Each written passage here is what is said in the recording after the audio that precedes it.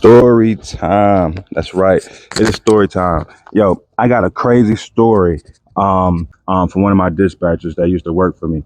They booked a load going from Memphis to PA. All right. Memphis to PA.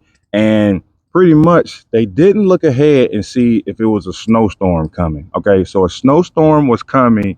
And of course, if you're a driver, you don't want to go through a snowstorm, especially going through PA. Because if anybody, my drivers, they know going through PA, you got to go through what's that? West Virginia, and up there in the Appalachians at West Virginia, it is horrible going through there, and you just don't want to go through a snowstorm. Period. And I caught it early, but it wasn't early enough. So we called the broker and told them, we sent pictures too. Called them, told them, emailed pictures, said, hey, it's a snowstorm coming up there. We got to get off this load. Guess what you think that broker did?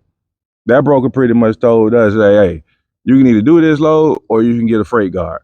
And of course, we was like, are you serious? It's a snowstorm. We gonna, put our driver in jeopardy. They could possibly lose their life. The load can get, damaged, whatever.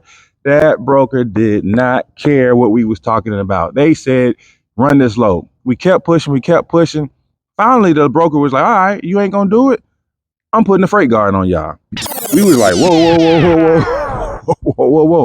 Then the broker caught an attitude and wasn't answering the phone for about like a good hour. We kept calling. Finally, we got in contact with the guy, pain in the butt, and he put us back on the load, because running that load, even through a snowstorm, pretty much we would have to do that instead of getting a freight guard, because we definitely don't want a freight guard. But what ultimately we had to do is drive around the snow. I think we had to drive an extra 100 or 200 miles to complete this load, because a freight guard is pretty much the end of your career as far as a driver. So you don't want that. But all in all, I'm telling this story is because a couple of things. One, you got to check.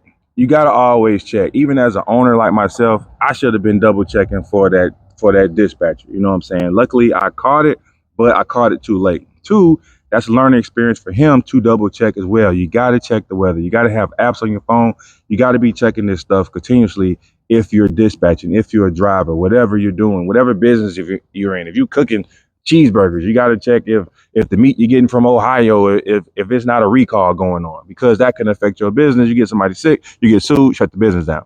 So double checking, and also lets you know that these brokers really don't care. Some that do care, but a lot of them really don't care about your business, and you gonna have to make it do what it do.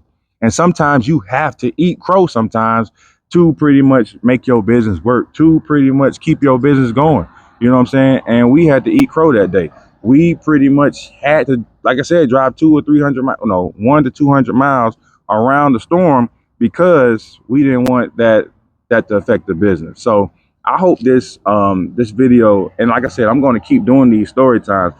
And I know you are just dispatcher, you're a driver, you got plenty of stories just like this, but this is something that is like I want to keep doing and sharing, so people know, like, hey, sometimes you got to do this, sometimes you just got to do that, and to know that people are going through stuff like this. All right, Express.